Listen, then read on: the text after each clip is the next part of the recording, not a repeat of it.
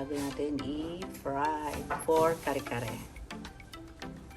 Ingredients ng menu for today. Ayan, nilalaga ko na po yung baboy, the alamang, the ingredients of crispy kare-kare, and magpa-fried chicken po tayo for today.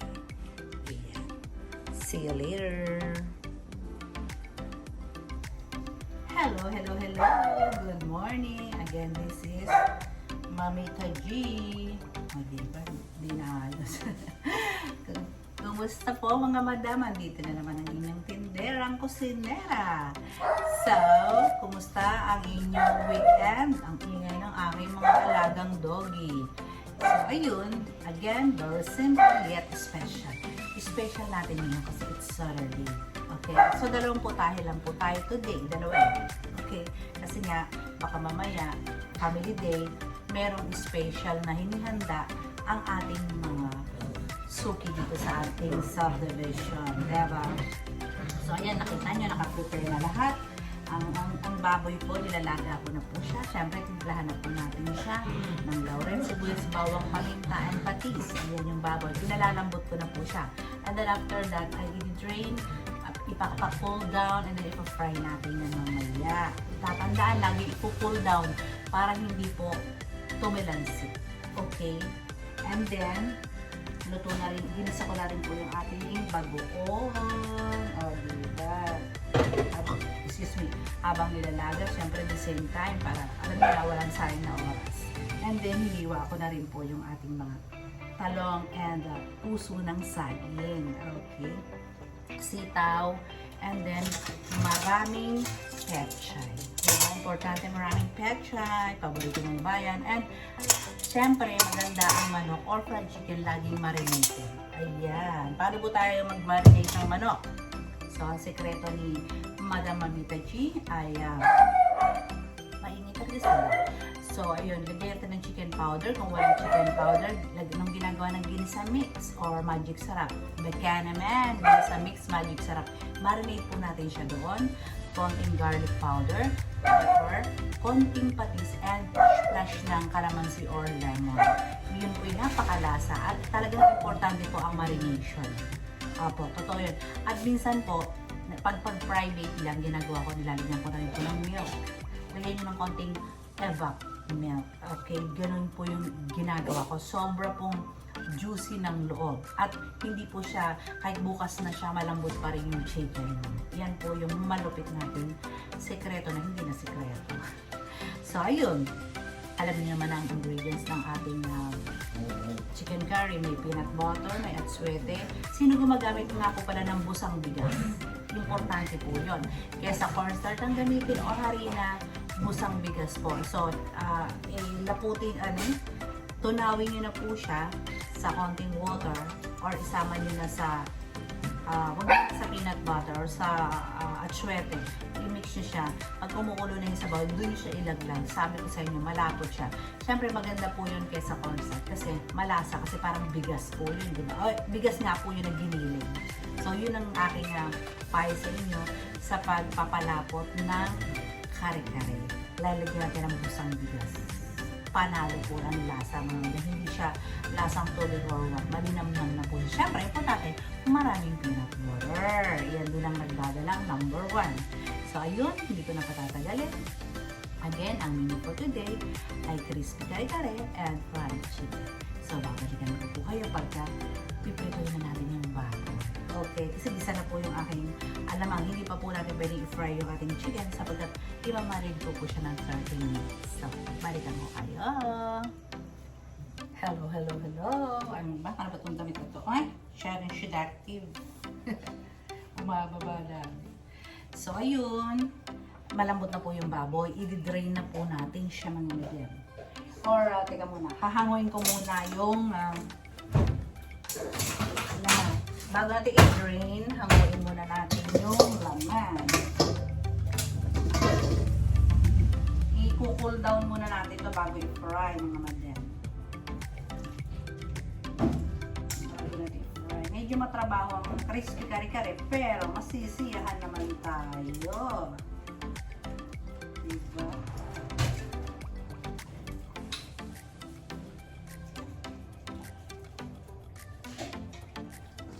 natin siya. Okay, cool down natin. And then, dun mismo sa pinaglagaan mga madam, dun natin i-brine yung ating mga vegetables. Okay? So, hindi yan masasayang. I-brine po natin siya. Unangin natin yung pechay. Diba? Para kakapit na rin yung lasa. Ganun lang, tas simple.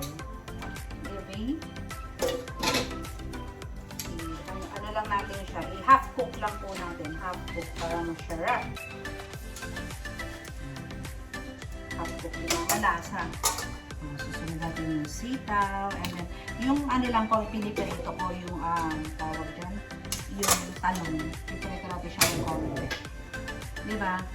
Yung talong, para maganda sa picture, hindi. Masarap yung prito, tapos sasaw-saw mo sa alamang. Diba? Prito. Tabi muna natin. Oops! Prito muna natin. Ang ating mahiwagang talong.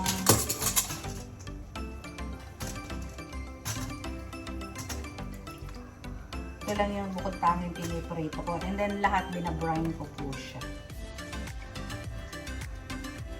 Kasi yung iba, gusto pritong talong. Ayaw nila ng nilaga. Kasi nga naman labog, diba? Tama naman po yung ano lang gusto.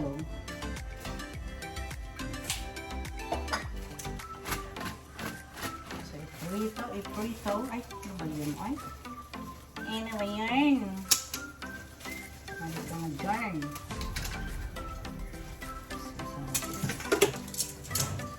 Siyempre, patuwad. Medyo matrabaho, diba mga madam? Pag tinatamad kayo, laga nyo na lang to. Ganun lang yan, laga nyo. Pag tinamad kayo, diba? Ako ay may time, kaya yan, ganyan, ginagawa ko po yan. Minsan din, pag madalian, hindi ko na yung piniprito. Binabrine ko na lang din yan. Ganun din yun. Kapasok sa tiyan. So, very simple. Ganyan lang siya. Basta naka-ready na dapat lahat. Bago kayo humarap sa inyong kalan, i-ready na po lahat ang bagay-bagay. Diba? Para hindi kayo nagagahol sa oras. Lalo kung kagaya ko, titinda ako ng lutong ulam, yung iba gusto, baon sa trabaho, pagkain ng mga bata sa school, bago pumasok, diba? O, binabaon. Yan. And then, mamaya isa-isa natin siyang isa-set aside. So, yan o. Yung pechay natin is almost done. Almost done.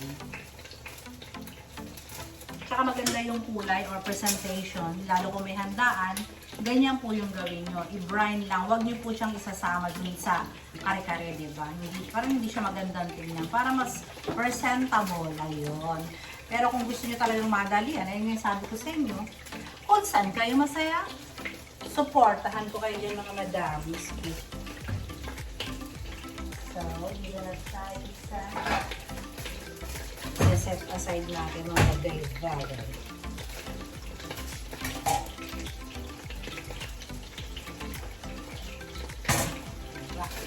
Halita yung kusina na inyong tindera kaya pasensyahan din. So, ayun. Kabalikan ko po kayo pag na-separate ko o na-brine ko na silang lahat. I'm back. Lagong problema dito sa akin. So, ayun, laga na po yung, nag-brine ko na yung mga gulay. Ayun. Nag-brine ko na, napunto ko na, diba? So, nag-assign ko na. And then, ngayon yung puso ng saging. Ito ay medyo, alam ko medyo matigas din. Kaya malambot na rin pala siya. So, isa-separate ko na rin siya. So, separate na natin. Tapos, lalagyan na natin to ng ayan, nagpainit na ako ng mantika para sa ating lechong kawali. Ayan. Yung ating pong baboy, dapat lalagyan natin ng konting cornstarch para po wag siyang tumalsik. Yun po ang ating gagawin. Konti lang naman. Para lang sa wag lang siya tumalsik. So, ayan, painit na ako para habang ginagawa ko yung sauce, tayo naman ay nagluluto na, nagso-fry. Okay? So, we're done sa mga gulay. So, ayan na po. Struggle is real. Ayan na siya. Ingat po tayo mga madam. Ingat. Kailangan lagi nakahanda ang pananggawan. Ayan. Ganon. Laging ganon. May konting cornstarch yan kaya hindi ako makikipag-struggle. Huwag siksikin para yung malambot at saka juicy pa rin yung bawang. So ayan, lagay na natin, kumukulo na yung sauce, lagyan na natin yung atsuete. Ito na yung sauce. So yung, nakita nyo, hindi ako naggisa. Kung saan pinakuluan yung baboy, doon na rin natin siya lulutuin. Yung sauce ng ating sauce ng ating kare-kare. Kulay ang buhay. Medyo matrabaho ang kare-kare pero masarap. Tsaka minsan lang naman natin ito gagawin. So mag-tsaga na tayo. Mag-effort tayo para makakain ng masarap. Pero kung sabi ko nga, kung gusto nyo na madali lang, mix lang. Walang problema yan. Mix. Kung sa kayo masaya, go Power Rangers. Diba? Push nyo lang kung sa kayo masaya.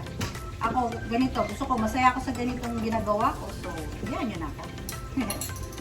Diba? So, yan. Makulay na ang buhay ng kare-kare. Next is ilagay na natin ang busang bigas. Ayan. Kasi kumukulo eh. Kailangan kumukulo po ha. Kulong-kulo. Kailangan makulo.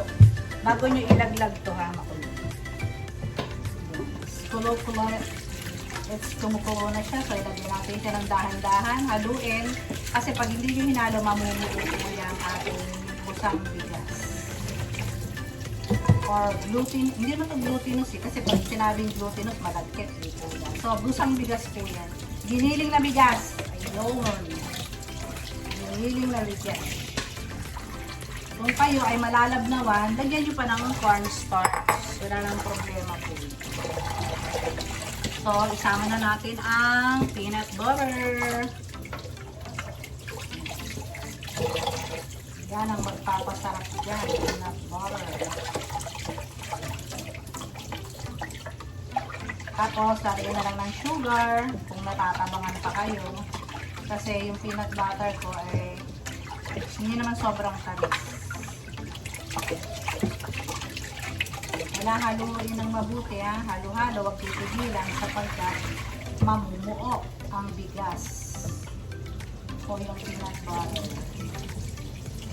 Stirring lang. Tingnan lang.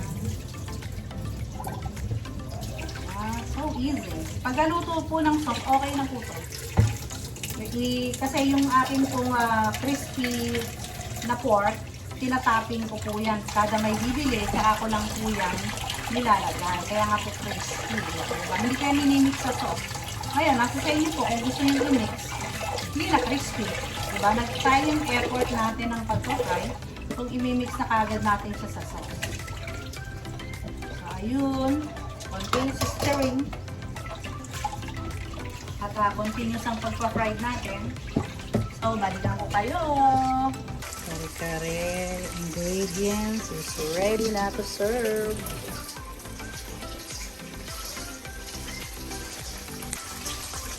I'm back. So, ready na po ang ating kare-kare. Luto na po siya. So, again, na-separate ko na siya. Ayan. And then, nakapag-litsong kawali na tayo. And the sauce is also ready na. Ayan. Okay na okay yung sauce. Again, sabi ko po, kailangan ay step by step yung ilagay yung mga sangkap, yung ating pinaglagay na mismo to, di ba? And then yung aswete, yung busang bigas, and peanut butter. All together, ilagay and continuous stirring lang. So, kayo na po, according to your taste, kung anong gusto nyo. Kung maalat, matamis, nasa sa inyo na po yan. Kung saan po kayo masaya, push. So, next step na po tayo ay ang fried chicken. So, alam nyo naman na to, di ba, mga madam. So, yan ang ating fried chicken. Siya na marinate ko na. Nilagyan ko na rin po siya ng breading.